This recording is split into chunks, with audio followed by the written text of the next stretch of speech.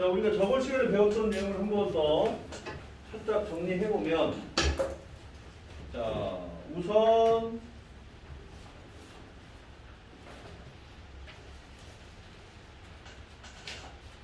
그 이동거리는 방향이 있어요, 없어요?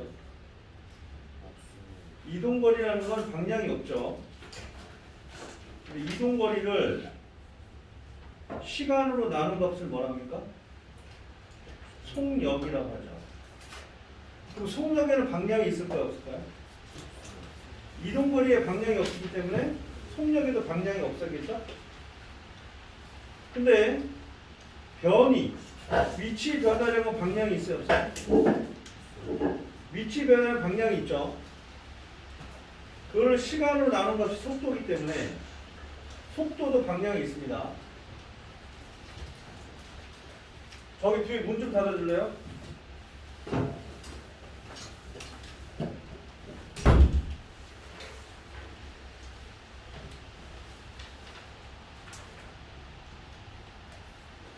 자, 그래서 그 예를 들면 이제 만약에 저번 시간에 했던 게 뭐냐면 동쪽으로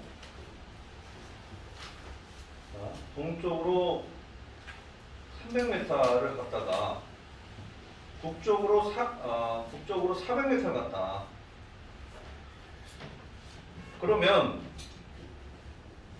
걸린 시간이 뭐 100초 만에 이렇게 됐다라고 했을 때, 자, 변이는 얼마입니까? 변이는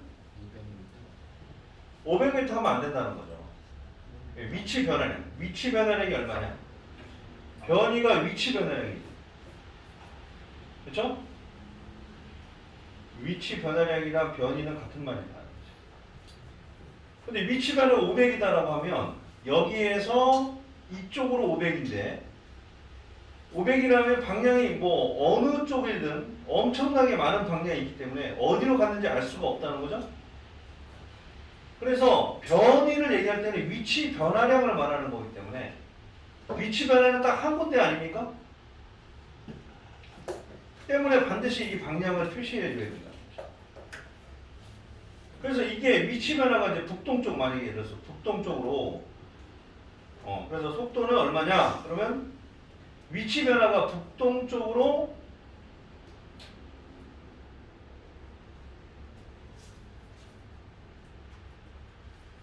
북동쪽으로 500m라고 한다면 걸린 시간 10초로 나누기 때문에 결국 속도도 북동쪽이라고 하는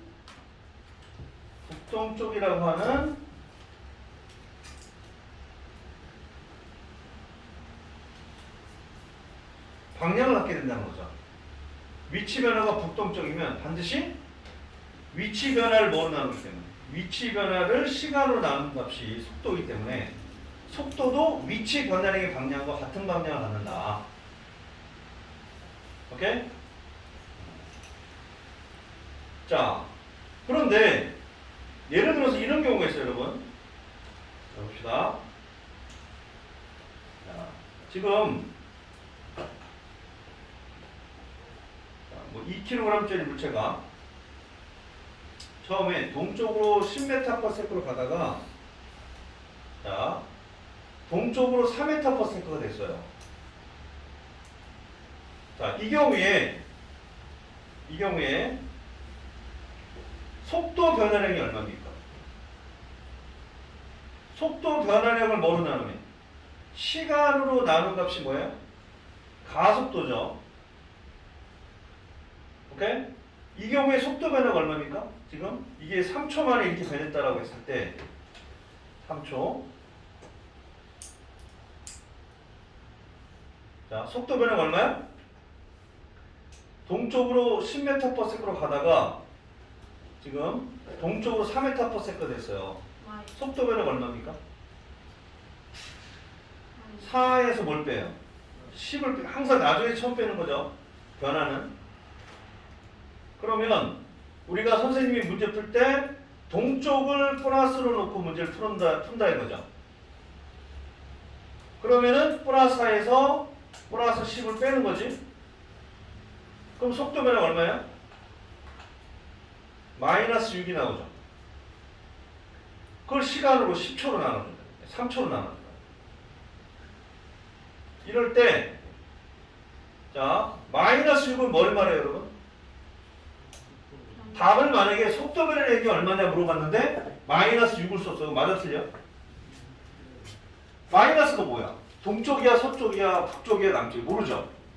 이렇게 쓰면 안 되는 거야. 내가 문제 풀 때 동쪽을 플러스로 놓고 풀었기 때문에 마이너스가 나왔다. 그렇다면은 플러스와 정반대 방향이다 해서 답을 서쪽으로 써야 되는 거지. 오케이? 자, 그러면 만약에 내가 문제 풀 때 자, 동쪽을 마이너스로 두고 풀었다. 그럼 어떻게 돼? 마이너스 4 빼기 마이너스 10 이렇게 되죠? 그러면 3초 나누면 자, 이게 얼마가 돼? 자, 미안합니다. 저기 딴 걸로 눌러보려고.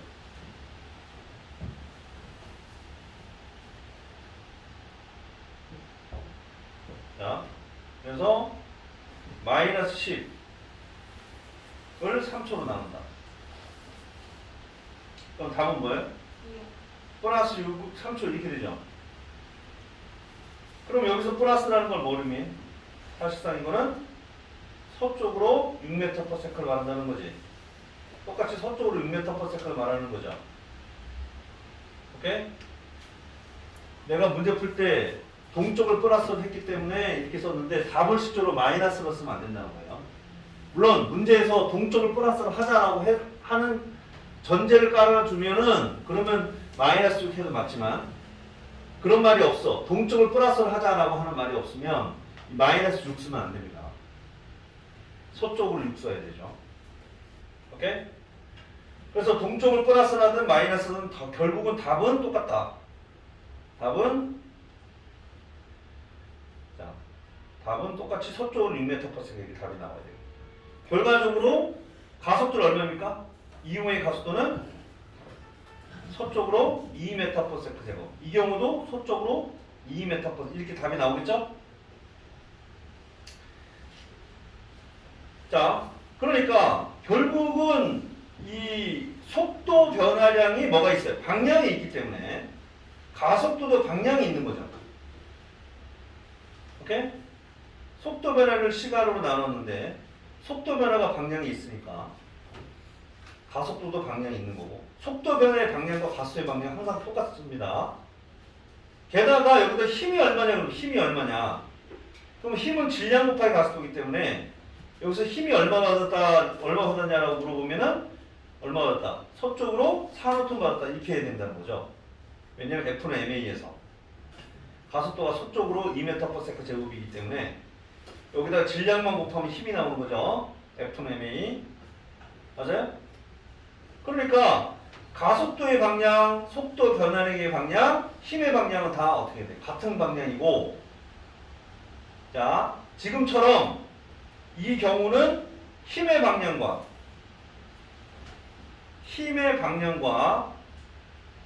운동 방향이 지금 뭐였어요? 반대죠, 반대. 그러면 어떻게 돼? 감속이 된다는 거예요. 속력이 느려진다는 거지. 그럼 운동 방향은 뭘 보고 하느냐? 운동 방향은 속도의 방향이 항상 운동 방향과 같습니다. 속도의 방향과 운동 방향이 항상 같아요. 그러니까 운동 방향과 힘의 방향이 같으면 빨라지고 반대면 느려지지 않습니까? 그렇죠? 자, 그리고 같으면 빨라지고 반대면 느려진다. 그러니까 여기서 지금 나오는 그런 얘기들. 자, 속력은 이동거리나 속력은 방향이 없지만 지금 여기서 말한 속도, 위치 변화량, 가속도, 속도 변화량, 힘 이런 것들은 방향이 있어야 된다. 근데 이거 방향이 다르면 그럼 어떻게 돼? 얘네들은 방향이 다르면 다른 값을 의미한다는 거지. 오케이? 이럴 때 방향에 있는 것들을 우리가 묶어서 뭐라 해요? 벡터라고 그러고 방향이 관계없는 것들은 뭘 한다? 스칼라를 한다. 그 얘기예요. 자, 그래서 여기서 보면은 이제 방향성이 없는 크기만 갖는 것들을 우리가 스칼라를 하고, 크기와 함께 꼭 방향까지 같아야 되는 것들을 벡터로 한다 하는 거고요.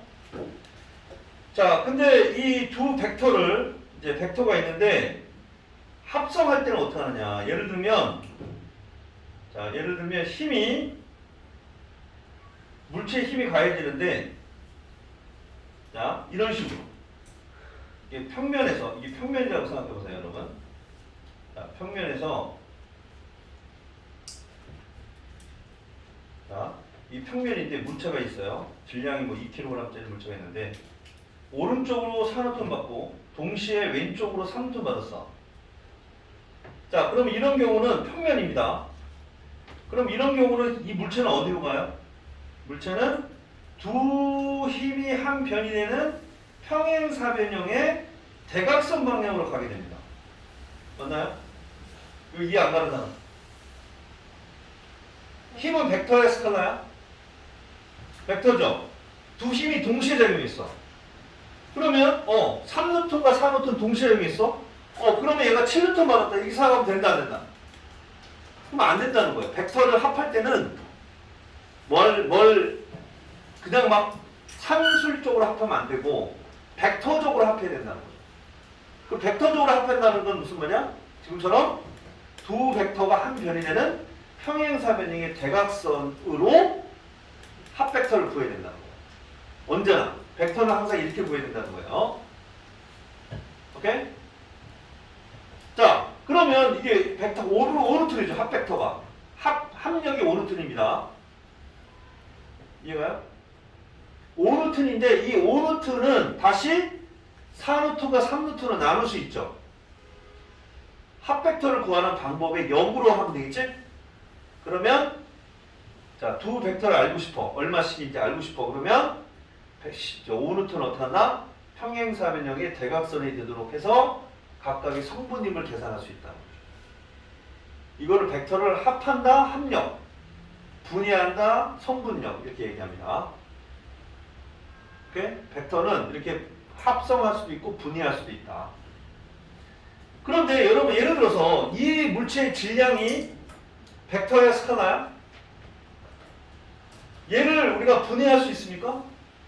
얘는 3kg이면서 동시에 2kg다. 이렇게 말이 돼요? 얘는 동시에 3뉴턴과 4뉴턴을 동시에 받았죠. 가능하지. 벡터는 이렇게 동시에 여러 개를 동시에 가질 수 있지만 스칼라는 안 됩니다. 스칼라는 딱 하나예요. 오케이?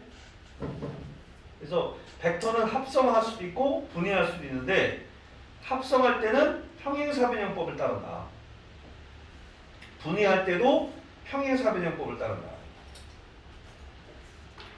자, 그럼 벡터의 차를 어떻게 구할 거냐? 차를 구할 때는 이제 예를 들어서 먼저 아까 상대속도 얘기한 거를 잠깐 다시 얘기를 하면서 아까 상대속도 잠깐 얘기했죠.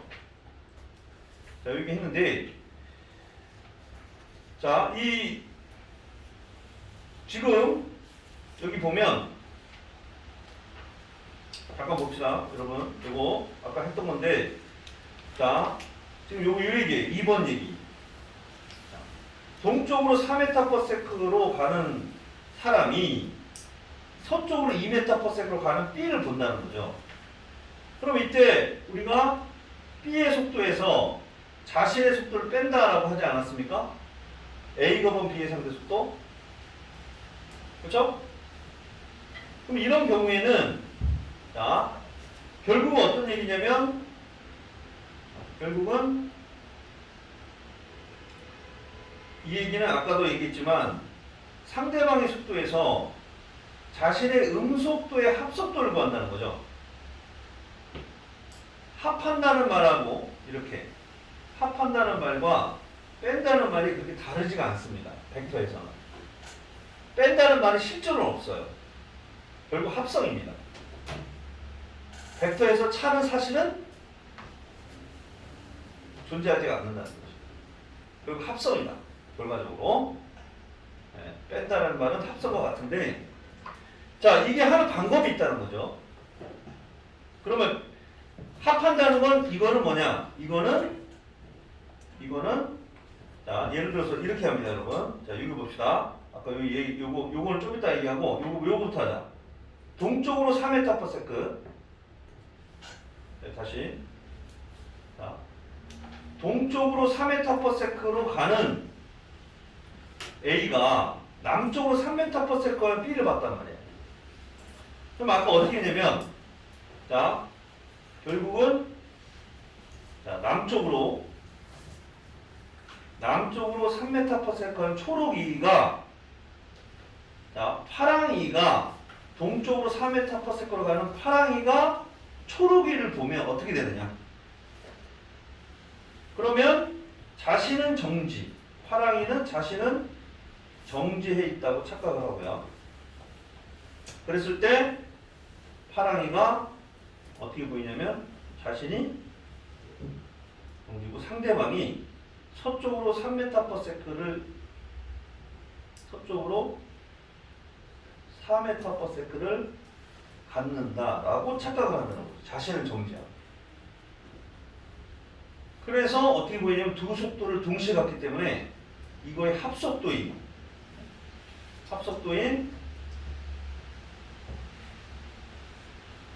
남서쪽으로 5m/s로 보인다. 이게 바로 뭐다?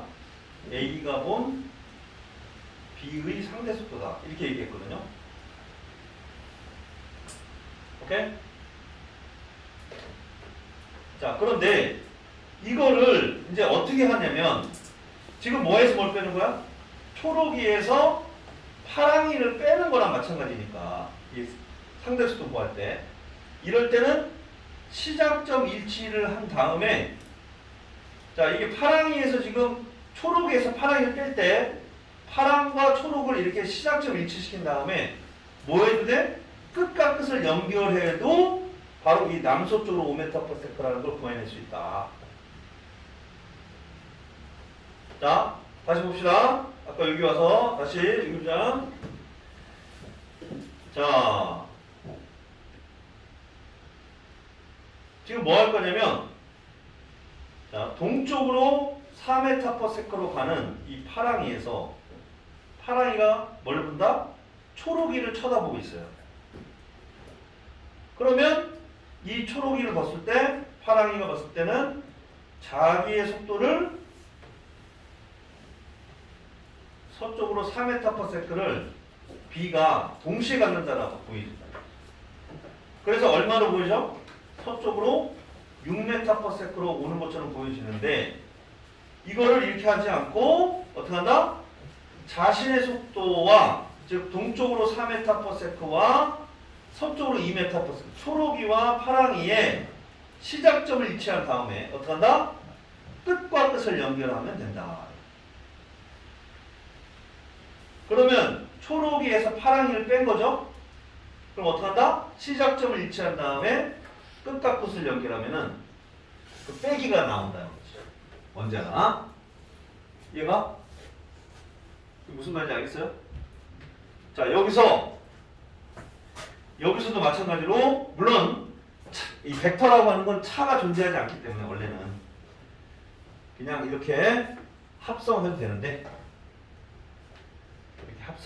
이렇게 두 벡터가 한 변이 되는 평행사의 대각선으로 이렇게 합성해도 되지만, 빼기 할 때는 이거보다, 자, 각각 두 벡터에 이걸 합성할 때는 어떻게? 합성할 때는 시작점 일치한 다음에 대각선이 합성이죠.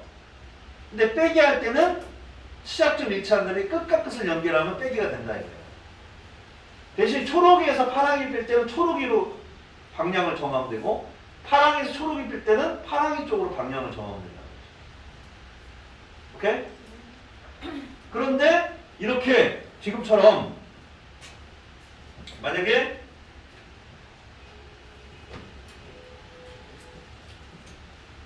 예를 들어서 이렇게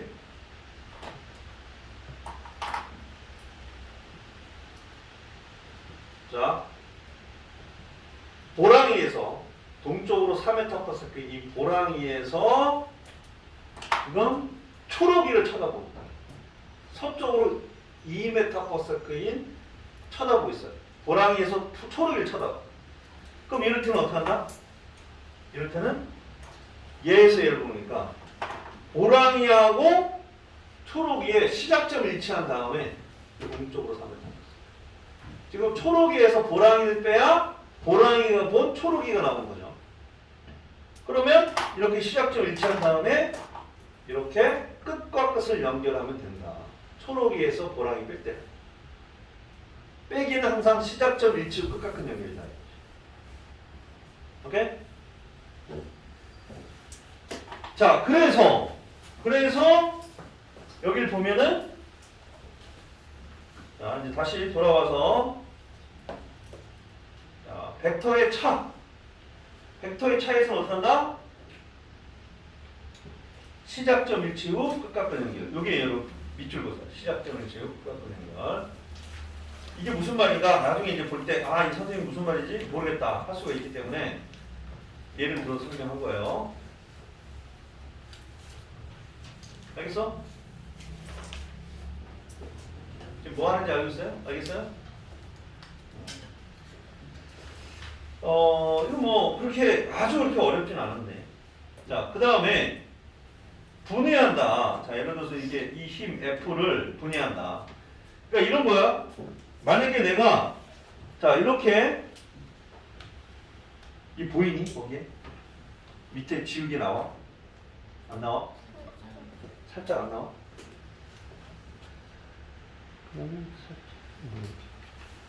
자, 내가 이렇게 들어서 옆으로 이렇게 수평으로 움직이는 거예요. 그러니까 내가 이게 대각선으로 힘을 주지만 실제로 물체는 수평으로 가.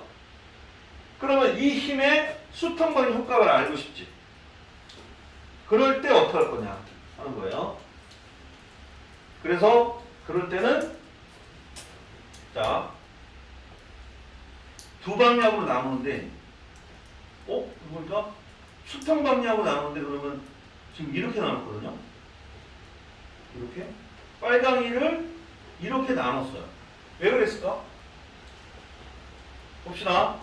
지금 파랑이가 이거면 안 되냐 이거예요. 선생님은 파랑이가 이만하다라고 생각하면 안 되냐는 거죠. 이렇게 나누면 되냐 아니냐. 그러면 이거면 결국은 두 개 합이 이거 되니까 이렇게 되면은 뭐가 문제죠? 다시 말해서 지금 내가 이렇게 나눴어. 이 방향 이렇게 나눴어. 항상 이 대각선이 얘가 대각선으로 되도록 평행사변을 잡아야죠. 그 평행사변형의 한 변이 하나의 성분 벡터를 했으니까 지금 이 경우에는 이게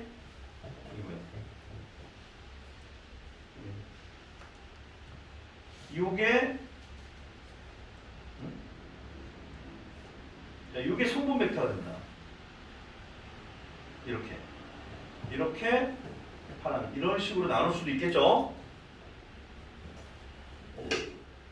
지금 요거 나눌 때 내가 이 힘이 얼마인지 알고 싶어. 이렇게 해서 이렇게 잡아당길 때 이렇게 잡아당길 때 결국 내가 이쪽 방향 준 힘이 얼마인지 알고 싶다라고 했을 때 아까처럼 이렇게 수직하게 나눌 수도 있고 이렇게 평행사변형 이런 식으로 나눌 수도 있겠죠? 근데 아까 수직하게 나눠야 되냐? 왜? 이렇게 나눌 수도 있는 거예요. 그거는 지금 요게 초록이가 잘 보면 초록이는 또 어떻게 돼? 초록이는 또 어떻게 나누죠? 수평 방향의 효과와 수직 방향의 효과로 또 나눌 수 있겠지. 이렇게. 오케이?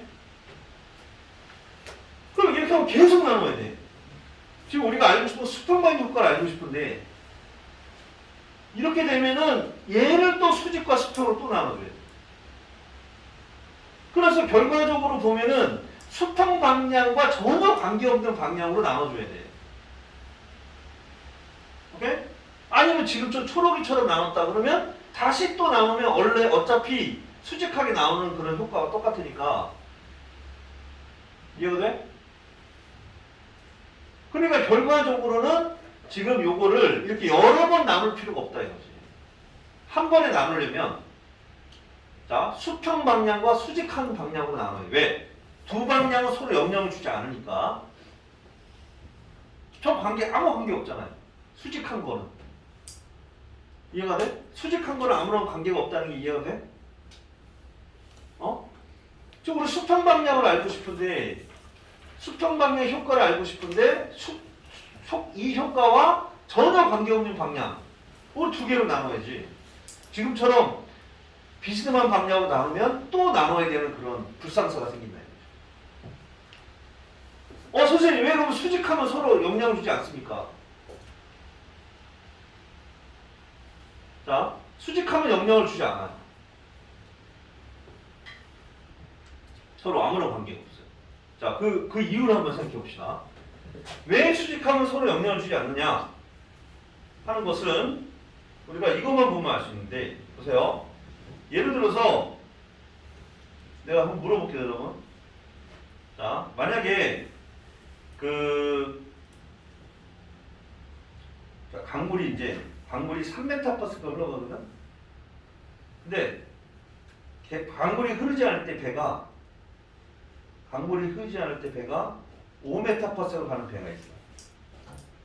강물이 흐르지 않을 때 5m/s로 가는 배가 있어. 그럼 이제 강물이 흐르지 않는다. 자, 강물이 흐르지 않아.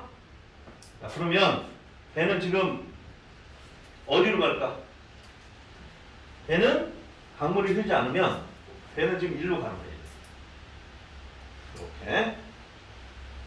근데 강물이 3m/s 흐르면 배는 어디로 간다? 수직하게 가게끔 이 세타를 조절할 수 있겠죠. 오케이? 지금 상황 파악이 돼요? 자, 강물이 흐르지 않은 배는 이리로 갈 텐데 강물이 흐르면 배는 수직하게 가요. 그렇게 세타를 조절했어. 자, 그런데 이 강폭이 얼마냐면 80m야. 자, 그러면 이 배를 건너는데 걸리는 시간이 얼마냐? 지금 강물이 흐를 때. 강물이 흐르면 강물이 흐를 때, 자, 건너는데 걸린 시간은 이게 5, 3이니까 이게 4m/s, 그죠? 강물이 흐르면 배는 요 4m/s로 흘러가니까 얼마야? 80m를 4m/s로 가니까 20초 걸리겠죠. 그런데 자, 강물이 흐르지 않으면 몇 초 걸리냐? 강물이 흐르지 않으면 배는 이리로 가는 거죠. 근데 이 거리가 80이니까 5대 4는 80대 x에서 100m 가는 거 맞아요? 이게 큰 사각형과 작은 사각형이 닮았잖아요? 여기 80m면 얘는 100m겠죠? 그럼 이것도 뭐야? 20초네. 여기 이해가 돼? 강물이 흐르지 않든 지금 얘가 건너는데 걸린 시간이 안 변해. 그러면 만약에 강물이 더 빨리 흐른다. 어떻게 할까? 강물이 6m/s가 돼. 그럼 배는 일로 가겠네? 이해가 돼? 이해가 돼요? 왜냐면 강물의 속도가 지금 6이잖아. 6. 강물이 6이잖아. 강물이 6이고 배는 어디야? 배는 지금 5죠? 오케이? 그럼 합속도가 여기 이게 되잖아. 이 방향으로 가게 되죠. 그럼 얼마로 가? 5m/s로 똑같이 이게 닮았으니까 합동이죠. 그럼 얘가 5면 얘도 5네. 오케이? 똑같이 이 거리가 100이네. 그럼 100m를 5m/s로 나누면 또 20초야. 그럼 무슨 얘기야? 아무리 강물이 빨리 흐르거나 흐르지 않던 간에 지금 이 수직한 방향의 이 4m/s는 변하지 않는다는 거예요. 서로 강물이 아무리 빨리 흘러도 이 수직한 거기 때문에 서로 두 개가 수직한 두 벡터이기 때문에 강물의 흐름에 이 4는 영향을 안 받는다는 겁니다. 수직한 두 벡터는 영향을 줄 수 없어요. 그러니까 아무리 강물이 빨라도 건너는데 걸린 시간은 그대로 몇 초야? 20초야. 이해갑니까? 예를 들어 설명하니까 수직한 두 벡터는 서로 영향을 주지 않는다는 거예요. 그게 되게 큰 지금 그 벡터에서 우리가 꼭 알고 있어야 될 성질입니다. 이게 되게 중요한 거예요. 자, 그래서 하여튼 그렇기 때문에 자, 우리가 이 방향에 대한 자, 이 보세요.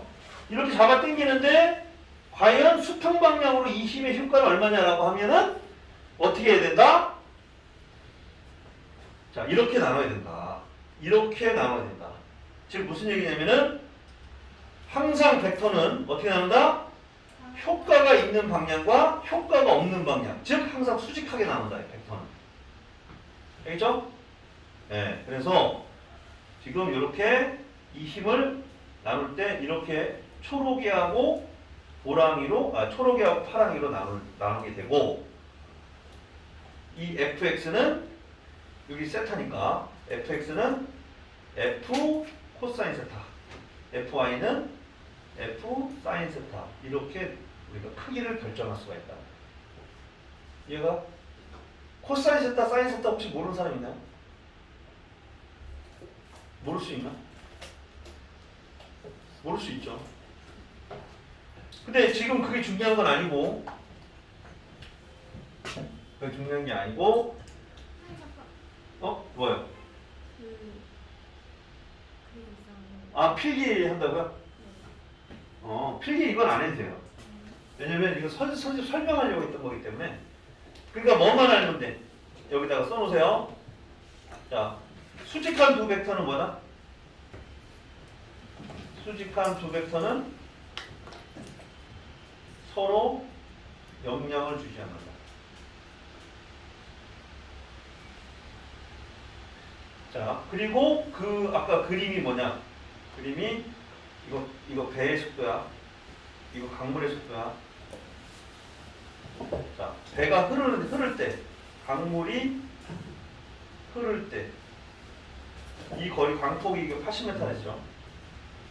강물이 흐를 때 건너는데 20초. 흐르지 않을 때, 그때도 20초. 왜 이렇지? 생각을 집에서 해보세요. 요 정도까지만 써놓고. 알겠죠? 왜? 수직한 두 벡터는 서로 영향을 주지 않기 때문에 이게 답이죠. 자, 하여튼 이건 여긴 지금 중요한 데가 아닙니다. 이거는 언제 써먹어야 되냐면 2단계 할 때 필요한 거예요. 알겠죠? 지금 1단계에서는 이런 문제 잘 안 나와. 기초만 우리가 하는 거기 때문에. 그러니까 지금 몰라도 돼. 하여튼 벡터라고 하는 것에 대한 특징을 잠깐 배워봤어요. 네, 중요한 건 아닙니다. 자, 그래서 넘어갈게요. 자, 그 다음에 상대 속도 얘기했죠? 넘어갑니다. 자, 그래서 예제는 지금 숙제를 해보시고, 자, 그 다음에 이제 관성, 운동의 법칙에 대한 얘기를 해볼게요. 자, 이제 관성, 운동의 법칙 이런 얘기가 나오는데, 자, 관성이라는 말은 뭐냐면 관성은 자, 관성이란 뭐냐면 현재 상태를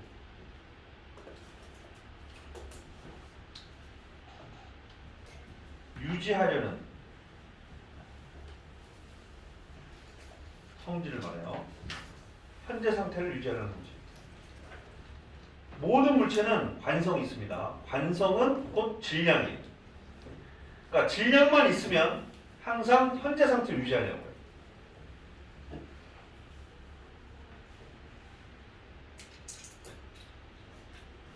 왜 그러냐? 그냥 그런 거예요. 이거는. 관성이라는 건 질량만 있으면 관성 이코는 뭐다 그러면? 관성은 뭐 때문에 생겨? 질량 때문에 생긴다.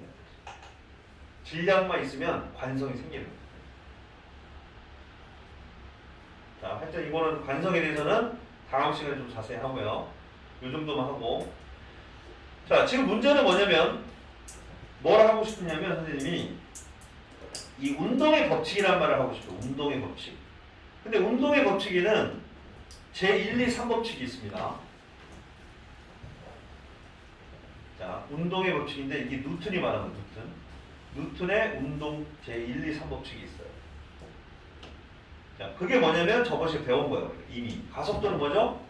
시간분의 속도 변화량, 또 질량분의 힘, 또 VT 그래프의 기울기죠. 맞아요? 여기 다 들어있어요. 거의 대부분이. 무슨 말이냐면 이게 뭐예요 여러분? 이게 R자임이죠. R자임. R자임 뭐예요 여러분? 자, 예를 들어서 자, 이쪽으로 10N 주고요. 반대로 4N 줬어. 그럼 R자임이 얼마야? 오른쪽으로 6N이죠? 이게 R자임입니다. 한 물체가 받는 여러 힘의 합이에요. 자, 써보자. R자임. R자임 뭐라고요? 한 물체가 받는 여러 힘의 합이야.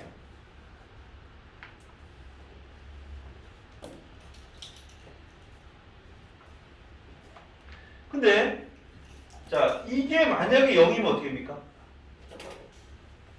R자임이 0이면 당연히 물체는 정지하거나 뭐야?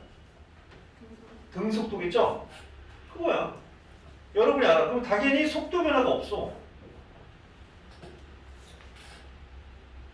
이 얘기야. R자임이 0이면 뭐다? 물체는 정지한 물체 계속 정지하고 운동하는 물체는 계속 그 운동을 유지한다는 거죠. 당연하지 않나? 그래서 법칙이야. 당연해. 근데 이 얘기를 제일 처음에 한 사람이 뉴턴이라는 거예요. 그래서 뉴턴의 운동 제1법칙이라 하고 현재 상태를 유지하려는 거니까 관성의 법칙이다. 별명이에요. 별명. 이거는. 관성의 법칙은 별명이에요. 제 운동 제1법칙을 말하고 운동 제1법칙이 원래만이고 현재 상태를 유지하는 거기 때문에 관성의 법칙이다. 이런 말을 쓴다 이거지.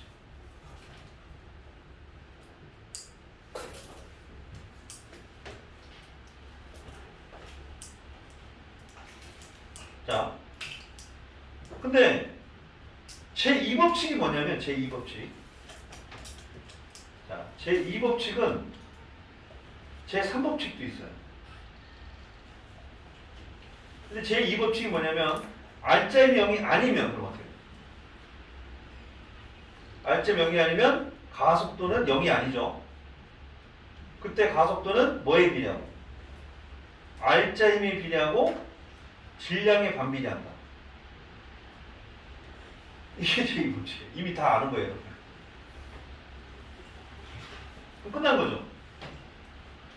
그럼 제3법칙이 뭐냐? 제3법칙은 작용, 반작용이야. 모든 힘은 쌍으로 작용한다는 거야. 그게 작용, 반작용 법칙. 제3법칙입니다.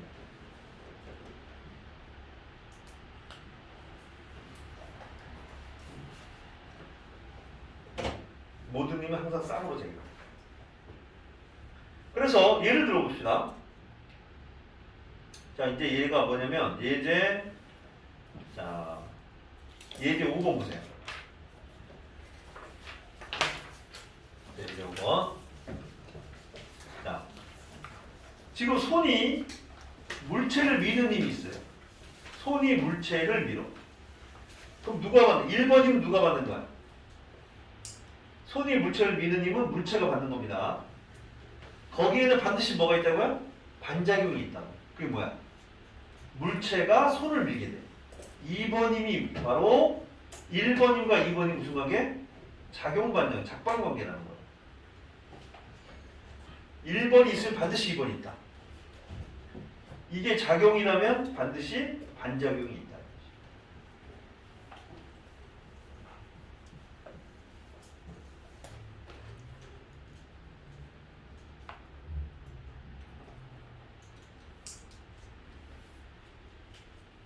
자, 그러면 물체가 움직이는데 물체가 움직이면서 물체가 지면을 앞으로 밀면 지면이 물체를 또 뒤로 밀어줘. 물체가 지면을 밀면 지면이 물체를 밀어. 그럴 때, 자, 요거 물체가 힘받는 거, 요것도 물체가 힘받는 겁니다. 자, 이럴 때 물어볼게요. 자, 이 상황에서 R자임이 얼마입니까? 물체가 받는 R자임이 얼마예요? 어? 물체가 받는 R자임이 R자임이 아까 뭐라 그랬어? R자임. R자임은 한 물체가 받는 여러 힘의 합이죠. 근데 1번은 물체가 받지만 2번은 누가 받는 거야? 손이 받는 거죠. 그러니까 작용 반작용은 합할 수가 있다 없다? 합할 수가 없다 이거죠. 또, 자, 요거는 지면이 받는 거지, 요거는 물체가 받는 거죠. 서로 다른 물체가 받는 건데 합할 수 없습니다. 여기서 합할 수 있는, R자임을 더할 수 있는 힘은 바로 1번과 3번 힘이고요. 그래서 R자임이 얼마다? 물체가 받는 R자임은, 물체가 받는 R자임은 한 물체가 받는 여러 힘의 합이니까 지금 오른쪽으로 뉴턴이 답이에요. 근데 이거 지금 잘못 생각하다가는 선생님 손이 물체를 10N을 주고요. 물체가 손을 10N을 주기니까 이거 서로 반대 방향이고 힘의 크기 같으니까 작용 반작용 힘의 크기 같거든요. 그러니까 합하면 0이니까 이것도 0, 이것도 합하면 0이니까 얘가 R자임이 0이다. 이렇게 생각하는 수가 있거든. 헷갈리니까. 그런데 여러분은 그렇게 하면 된다 안 된다? 안 된다. 왜? 왜냐면 작용 반작용은 합할 수 있는 힘이 아니다. 한 물체가 받는 힘이 아니에요. 서로 다른 물체가 받는 거기 때문에 합할 수가 없다. 오케이? 또 3, 4번도 합할 수가 없어요. 합할 수 있는 거는 한 물체가 받는 여러 힘의 합을 합하는 거죠. 그러니까 선생님이 지금 만약에 동쪽으로 신문틀 받아요. 저기 청와대에 계시는 문재인 대통령님께서 서쪽으로 신문틀 받아요. 그러면 둘이 합하면 얼마입니까? 0입니까? 나는 동쪽으로 신문틀 받고 문재인 대통령은 서쪽으로 신문틀 받아. 그럼 합하면 얼마다? 0이다. 이런 생각하는 게 정말 말이 안 되는 거예요. 그게 이거예요, 여러분. 손이 물체를 미는 힘이 10N? 그러면 물체가 손을 미는 힘도 10N. 작용 반작용. 서로 반대 방향이니까 합하면 0이다. 이렇게 생각하는 거랑 똑같다는 거예요. 다른 물체가 받는 힘의 합을 왜 구하냐고요. 자, 우리가 왜 합력을 구합니까? 왜 R자를 구하는 거야? 얘가 받는 모든 힘의 합을 알아야 뭘 할 수 있어? 이 오른쪽으로 6N이라는 걸 알아야 질량으로 나눠서 가속도를 알겠다 그 얘기죠. 가속도를 구하고 싶다. 왜? 얘 나중에 운동 상태, 미래를 예측하고 싶으니까. 가속도라면 여러분 얘가 1초에 3, 2초에 6 이런 식으로 알 수 있잖아요, 속도가. 그럼 몇 미터 갔는지도 알 수 있죠. 그러니까 그런 걸 하고 싶어서 이제 가속도를 구하는, R자임을 구하는 건데 내가 받는 힘하고 문재인 대통령이 받는 힘이 왜 그걸 더하냐 말이죠. 한 물체가 받는 여러 힘의 합의 의미가 있는 거지 무조건 더한다라고 하는 개념은 여기서 필요치 않다. 그죠? 그래서 선생님이 아까 R자임을 써라 그랬지. R자임. 뭐라 써라 그랬어? 한 물체가 받는 여러 힘의 합. 이게 아예 외워놔야 돼요. 아니면 헷갈리니까. 그리고 또 써야 될 게 뭐냐면, 자, 지금 보세요. 목적어가, 선생님 목적어가 뭔지 몰라요. 이런 사람 있나? 네, 잠시 국어 시간으로 돌아갔습니다. 목적어가 바로 힘받는 물체다 이거지. 이것도 써보세요. 목적어가 힘받는 물체다. 목적어에 해당하는 물체죠. 다시 말하면 목적어에 해당하는 물체가 힘받는 물체다. 그러니까 뭐 을룰로 끝나는 그런 경우 있잖아. 근데 그게 같아야 돼요. 합하려면. 오케이? 그러니까 이게 몇 미리 선생님 비슷비슷하니까 이거 비스무리하니까 합합시다. 상주시킵시다. 이러면 안 돼요. 물리는. 좀 이게 엄밀히 따져줘야 돼. 귀찮지만. 그래서 지금 처음 배울 때가 잘 배워놔야 돼. 처음 배울 때 엉성하게 배우면 나중에 엉성해져요.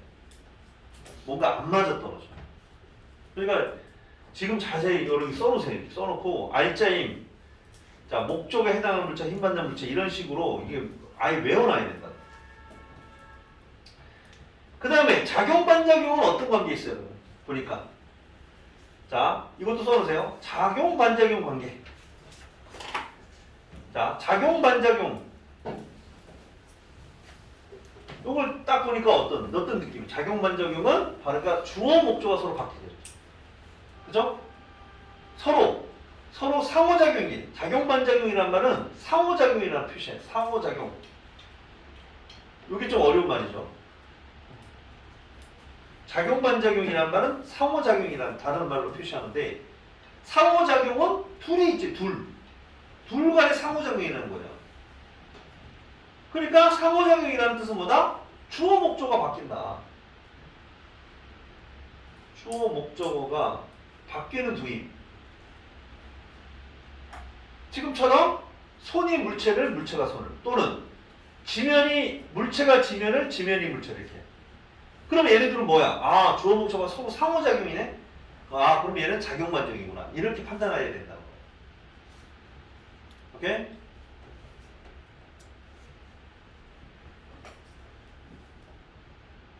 자, 예를 들어서 지금 여기에 자석이 있거든요. 자석이 있는데 자, 이 N극 S극이에요. 그럼 얘는 2kg이고 얘는 5kg. 자, 그런데 이거 당연히 여기 S극, 여기 N극 이렇게 되겠죠. 서로 뭐예요, 여러분? 서로 뭐예요? 서로 인력이 작용하는 거 알겠어요, 여러분? 반대극기는 땡기잖아요. 자, 그러면 얘가 받은 알잼이 얼마? 이게 지금 10N이라고 합니다. 얘도 10N이겠죠? 이게 뭐야? 상호작용. 그죠? 서로 상호작용. 작용 반작용은 크기 같고 방향이 반대인데 그런데 둘 다 10이고 방향이 반대니까 합이 0이다. 이렇게 생각하면 된다는 거예요. 안 된다는 거죠. 얘는 가속도가 0이 아니지. 얘는 가속도가 얼마야? 질량분의 힘. 그죠? 얘는 질량분의 힘. 얘는 2kg이 받는 힘이고 얘는 5kg이 받는 힘이니까 이걸 합하면 안 된다는 거예요. 합해봐야 소용이 없다는 거지. 쓸모가 없다는 거예요. 자, 얘가 얼마야? 가속도가 얼마야? 5m/s. 얘는 2m/s. 이런 식으로 구해야 된다. 물론 오른쪽을 플러스로 두면 왼쪽은 마이너스겠죠? 이렇게. 그래서 이 물체의 운동은 어떻게 되느냐? 서로 반대 방향으로 가는 거고 이때 가속도가 일정하다고 가정하면은 만약에 그렇다면은 뭘 그렇지 않겠지만 실제로는 그렇지 않지만 가정하면은 힘이 일정하다고 가정하면은 VT 그래프가 이렇게 기울기가 이렇게 이런 식으로 기울기가 일정해지겠죠. VT 그래프. 가속도가 일정하다면. 그러면 요거는 1초마다 1초에 얘는 5씩 빨라진다. 5. 얘는 마이너스 2. 2씩 빨라진다. 2초면 10. 여기는 4. 이런 식으로 빨라지는 그런 운동을 A, B라 그러면 한다 이거죠. 이렇게 운동하는데 합이 0이다라고 하면 말이 되냐 이거. 실제로 합이 0이 아닌데. 오케이? 이해가 돼요? 작용 반작용은 이거 더하면 안 됩니다. 서로 다른 물체가 받는 힘이야. 자, 그런데 지금 선생님이 이제 그 다음에 하고 싶은 말은 뭐냐면 이거 다 적었죠? 넘어갑니다. 자, 그 다음에 하고 싶은 말은 사실은 여기 얘기를 더 하고 싶은 거죠. 여기서. 만약에 손이 자, 손 B가 물체를 미는 힘하고 손 A가 자, 물체를 미는 힘이 만약에 크기가 같고 방향이 반대라면 이것도 물체가 받고 물체가 받으니까 한 물체가 받는 거죠. 합할 수 있죠. 근데 둘이 같으니까 0. 그러면 이 둘은 R자인 무슨 관계? R자임이 0이다. 그럼 이 물체는 무슨 운동한다고요? 이 물체는 어떻게 된다고? 정지 아니면 처음에 정지해 있으면 계속 정지고요. 처음에 움직이고 있으면 계속 등속도 운동을 한다는 거지. 오케이? 그게 제1법칙이다. 그리고 그 다음에 이 R자 명이 두 힘 관계. 그러면 이거는 두 힘은 평형 관계다라는 말을 써요. R자 명일 때 뭐란다? 평형 관계다. 오케이? R자 명이 두 힘 관계를 우리가 평형 관계다. 그러니까 평형 관계는 뭐예요? 목조 같은 힘이 일단은 합할 수 있어야 되니까. 목조와 같은 두 힘이 평형 관계 찾는 법입니다. 물론 크기하고 방향이 반대인 경우에. 오케이? 작용 반작이 어떻게 한다? 작용 반작용은 주어 목조가 바뀌는 거. 평형은 뭐야? 목조와 같은 두 힘. 크기하고 방향이 반대인 경우. 두 가지 형태가 있다는 거죠. 평형 관계가 있고 작용 반작용 관계가 있을 수 있다. 뭐야? 크기하고 방향이 반대인 경우. 알겠지? 하여튼 이제 여기서 우리가 평형이란 말을 쓸 수가 있다라는 거고, 자, 평형 관계 찾는 법은 평형 관계 찾는 법. 찾는 법은 바로 목적어가 같은 뭐에 대해서? 작용 반작용에 대해서입니다. 차이점이 있다. 목적어 같은 거. 작용 반작용은 주어 목적어 바뀌는 두이냐. 오케이? 근데 여러분 딱 생각해봤을 때, 아니 뭐 이렇게 쉬운 얘기를, 그쵸? 선생님 이렇게 말까지 붙이면서 하느냐라고 생각할 수 있겠지만, 처음 할 때는 문제를 풀면은 문제 풀 때 틀리는 경우가 많더라고요. 익숙치 않기 때문에. 그래서 용어를 정리할 필요가 있어요. 그래서 적어놨기 때문에 다음 시간에 좀 달달달 외워서. 그러니까 아까 뭐예요? R자임 뭐라고요? R자임은 한 물체가 받는 여러 힘. 그렇죠? 한 물체가 받는 여러 힘의 합.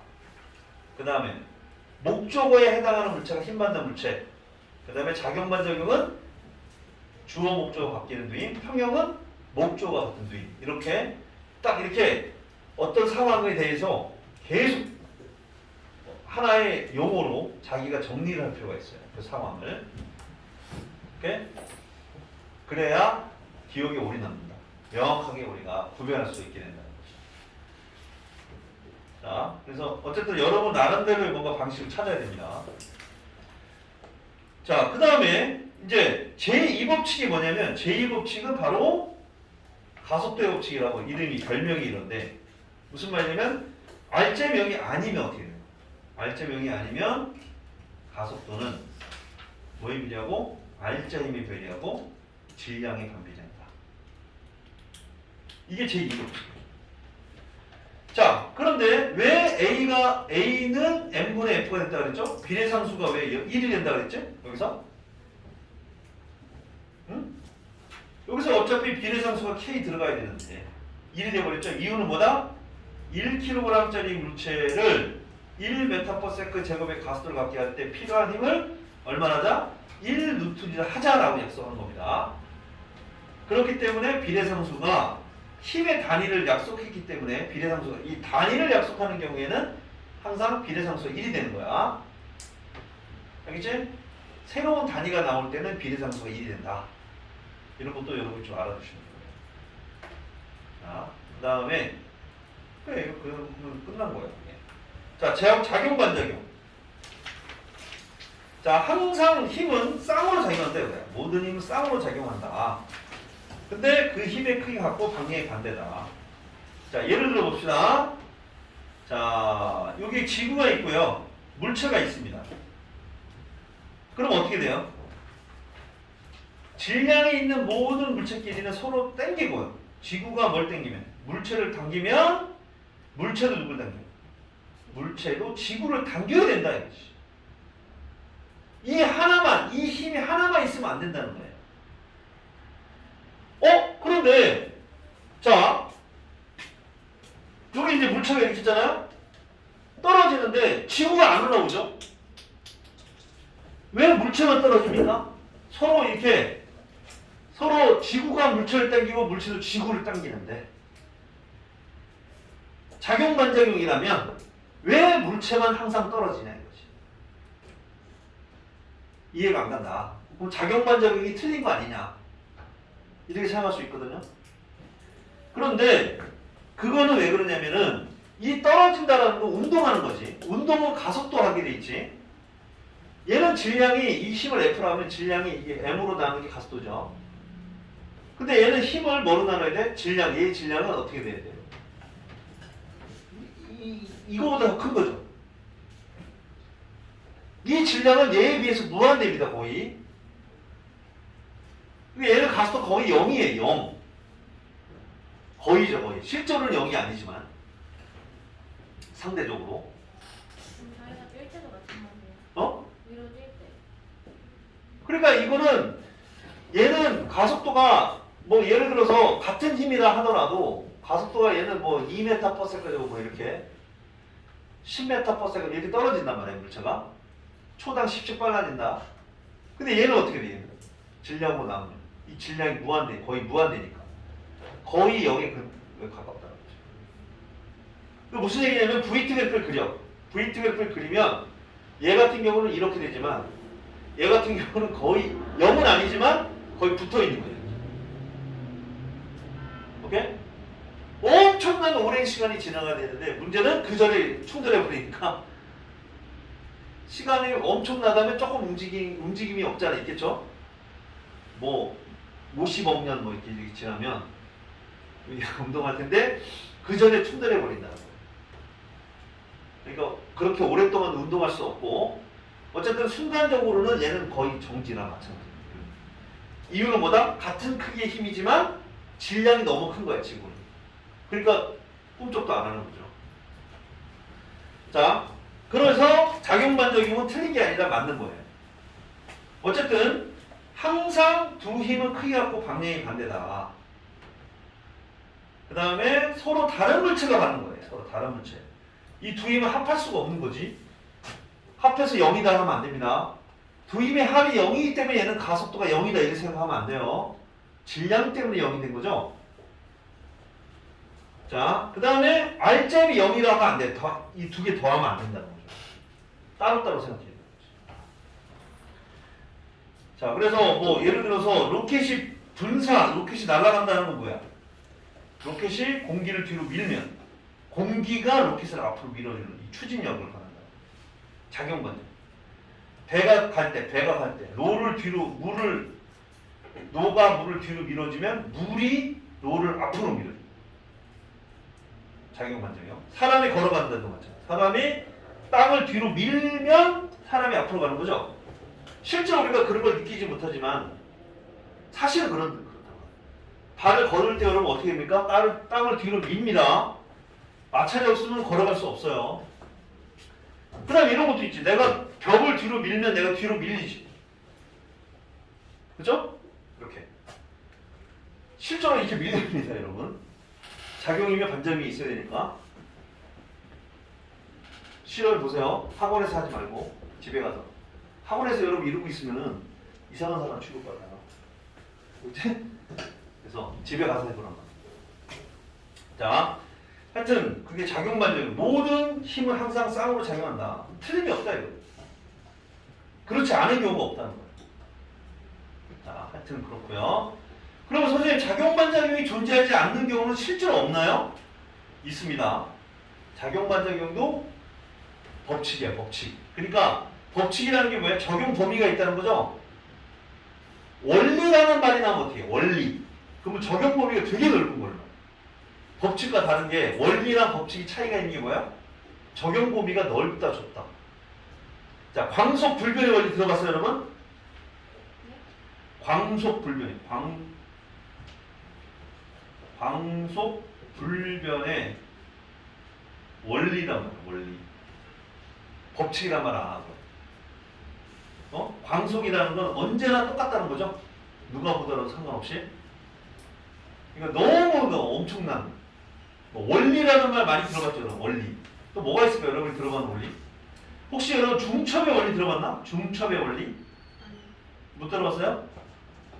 이게 여러분 되게 중요한 건데 1 플러스 1이 2가 되는 이유가 뭐예요?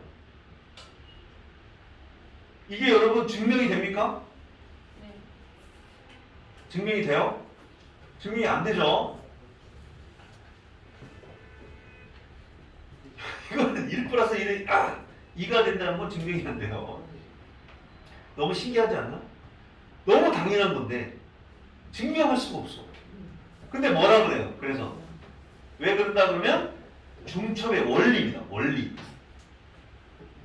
1 플러스 2가 되는 이유가 뭐야? 중첩의 원리다. 오케이? 이 중첩의 원리라는 말을 쓰면 너무 당연한 겁니다.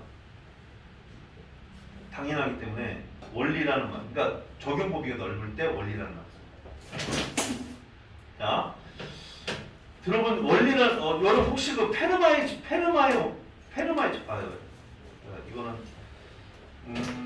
뭐가 있을까? 원리. 여러분이 잘 아는 원리가 뭐가 있나? 혹시 들어본 적이 원리 한번 저기 아는 거 있으면 얘기해 보세요. 원리. 나는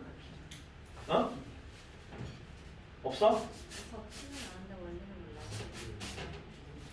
뭐 법칙이란 말도 있고 여러분 세상에 법칙이란 말도 있고 원리란 말도 있고 하잖아요.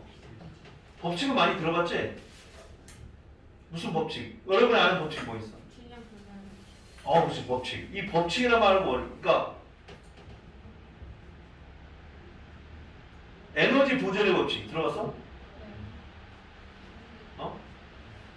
이 법칙이란 말 있죠?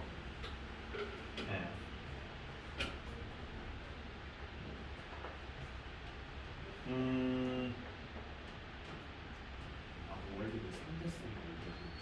그 상대성 원리라는 게 아니고 상대성 이론이죠. 상대성 이론.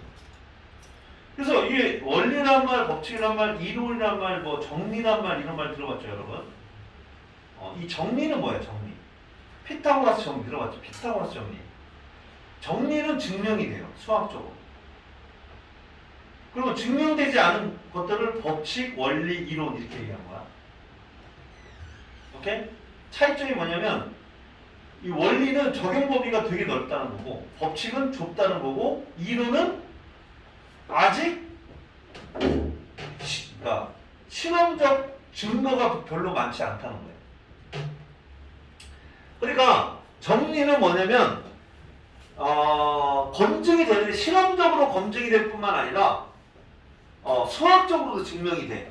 그러면 정리란 말을 써. 그러면 정리란 말이 붙여진 것들은 그냥 무조건 얘는 그냥 무조건 맞다는 거예요. 그런데 법칙이나 원리들은 수학적으로 증명은 안 돼. 하지만 실험적으로 검증이 돼. 여러 실험에 의해서 아주 다양한 실험에 의해서 그게 맞다고 하는 검증이 된다. 그러나 이론은 아직 그 검증이 많이 되질 않았어. 예를 들어 상대성 이론 같은 거, 일반 상대성 이론 아직 검증이 안 됐어요. 그러니까 맞는 것 같긴 해. 그리고 맞아. 하지만 이게 확실하다 하는 증거가 그렇게 많지가 않다는 거예요. 그런 걸 이론이다. 얘네들이 이제 만약에 예를 들어서 이론이 증명이 되려면 지금까지 이론이라고 들먹이는 상황이라면 얘는 지금 실험하기가 엄청 어렵다는 거예요. 실험하기가 되게 힘들다. 예를 들어서 여러분 상대성 이론 같은 거 빛이 휜다 그러죠. 빛이 휘는 걸 증명하려면 어떻게 됩니까? 천체가 질량이 엄청 커야 돼요. 질량 엄청 큰 걸 만들려면 결국 블랙홀을 만들어야 돼. 사람이 블랙홀을 만들 수 있어요? 그럼 말이 안 되잖아요. 그러니까 아직 검증이 안 되고 그러리라는 예상이 되는데 그리고 간혹 가다가 이제 발견되기도 합니다. 발견되기도 하기 때문에 그게 이제 우리가 그렇다라고 하는 인정은 되지만 아직 검증이 안 돼요. 자, 하여튼 그런 식으로 얘기할 수가 있어요. 그래서 여기서 이 작용반작용 법칙은 자 무조건 성립하는 건 아니고요. 아닌 경우도 있어. 예외도 있습니다. 네, 그거는 지금 우리가 다룰 얘기는 아니기 때문에 빼고요. 어쨌든 여러분은 작용반작용 법칙은 무조건 성립한다 이렇게 생각하시면 돼요. 당분간. 대학교 한 3, 4학년 되기 전까지. 오케이? 무조건 작용반적이 성립한다. 그것도 물리학과나 가야 예외적인 사실을 우리가 공부하게 됩니다. 물리학과 아닌 경우는 그냥 다 작용반적인 법칙이 성립한다 이렇게 생각하시면 돼요. 죽을 때까지. 물리학과나 가야 이제 그게 아니다라고 하는 거를 생각해 봐야 될 이유가 있는 건데, 그렇지 않은 경우는 그냥 작용반적인 법칙은 무조건 성립한다 이렇게 생각하시면 돼요. 자, 어쨌든 그런 거고요. 그래서 아까 이 5번 했고, 자, 이제 작용반작용 평형에 관해서 다시 한번 얘기를 한번 해봅시다. 예를 들어서 설명해 봅시다. 자, 먼저 평형은 뭐라고? 평형과 작용의 차이점이 있는데, 평형과 작용의 같은 점이 뭐야? 크기가 같고 방향의 반대가 같은 점입니다. 그러나 차이점이 뭐예요? 얘는 한 물체가 받는 힘이고 얘는 서로 다른 물체가 받는 힘이다. 오케이? 얘는 합할 수가 있고 얘는 합할 수가 없다. 뭐 이런 얘기들 아까 얘기했는데, 실제로 예를 한번 들어봅시다. 만약에 이제 요 그림을 좀 확대해서 그려볼게. 자, 이게 이제 지구가 좀 크게 그리고요. 어떤 책상이 있고 여기 지구가 있고 물체가 있다 그러면, 자, 물체에 작용하는 힘, 물체가 이렇게 올려져 있는데 왜 안 떨어집니까? 지금 얘가 이렇게 올려져 있는데 왜 안 떨어져요? 그렇죠. 그걸 뭐라 그래 우리가? 물체를 떠받쳐주는 힘을 뭐라 불러? 수직항력이라 한다. 자, 누가? 책상이 누구를 떠받쳐? 책상이 물체를 떠받쳐준다. 이걸 수직항력이라 합니다. 항상 수직하게 떠받쳐주는 힘을 수직항력이라고 해요. 근데 여기 작용하는 뭐가 있으니까? 지구가 물체를 당기는 이걸 뭐라 불러요? 중력이라 하죠. 자, 그럼 이 중력과 수직항력은 무슨 관계야? 자, 얘가 지금 정지입니까? 운동합니까? 정지. 정지하는 상관이 게 뭐야? R자 힘이 0이다 이거지. 두 힘의 R점이 0이다. 무슨 관계야? R점이 0인 관계? 둘은 그렇지. 평형 관계겠지. 이해가요? 자, 목적어 같은 두인 기억나? 목적어 같은 두인 평형 관계입니다. 중력과 수직항력이 무슨 관계라고? 물어본단 말이야, 시험에서. 중력과 수직항력이 무슨 관계냐 물어보면 어떻게 해야 돼? 작용반작용이라고 할 수도 있죠. 헷갈립니다. 근데 여기 보세요. 수직항력은 물체를 떠받쳐주는, 지구가 물체를 당기는 힘이니까 목조 같은 두 힘, 그래서 두 힘 때문에 정지상태, R점 영인 관계, 평형 관계다. 그러면 자, 요 수직항력의 반작용은 뭐야? 주어 목적어 바뀌어야지. 불러봐, 뭐야?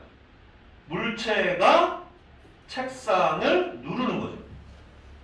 물체가 책상을 누르는. 얘가 주어 목적어 바꾸면 됩니다. 그게 작용반작용. 알겠지?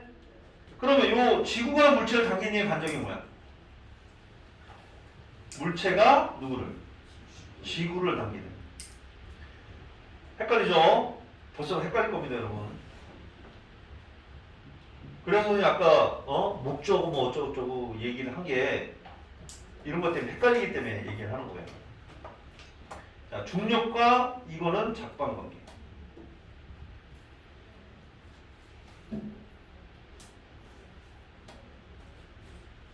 자, 그럼 다시 이번에는 이걸 해보자.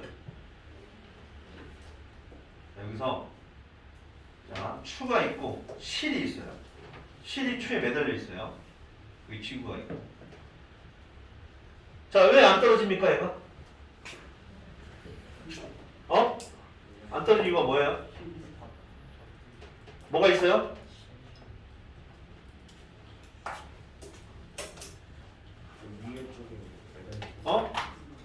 우선 가장 기본적으로 뭐가 있어? 지구가 추를 당기겠죠. 맞아요? 이게 뭐야? 두 글자로 중력이라는 거. 또 누가 누구를? 실이 누구를? 실이 추를 당기는 힘이 있겠지. 이걸 뭐라 불러? 실이 뭘 당긴다. 이거를 장력이랍니다. 장력. 자, 중력과 장력은 무슨 관계일까? 중력과 장력은 무슨 문제? 어? 평형이죠. 왜?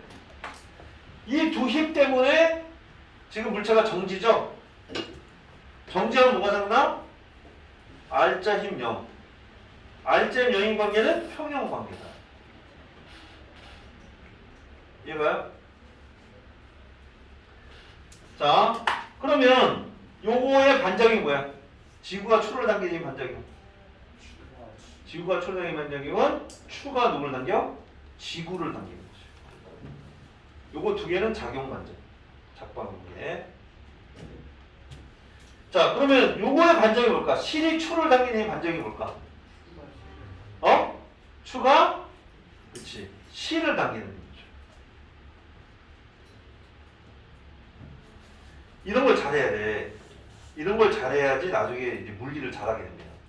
그러니까 오늘 막 좋은 사람들이 있는데, 이 사람 큰일이야. 나중에 이제, 기억이 안 나고 막, 왜 그런지도 모르고 막 이런다. 자, 하여튼, 이해가 돼요? 잘 써놓으세요. 빨리 써놔.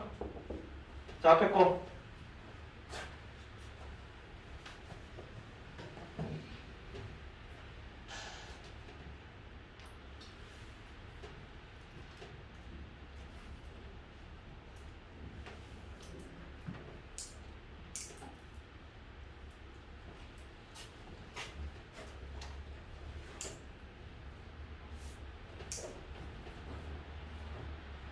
주어 목적어 바뀌면 작방관계야.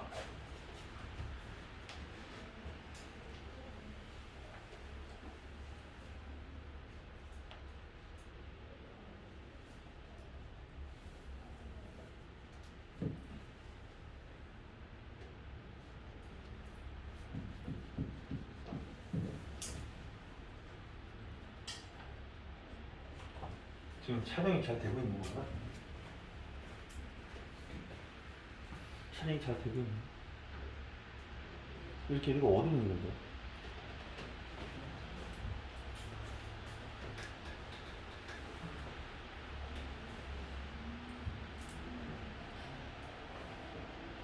자, 다 됐어요? 넘어가도 돼? 자, 그러면 예를 들어서 자 예제 6번 한번 해봅시다. 여러분 한번 해보세요. 예제 6번. 문제 한번 풀어봐.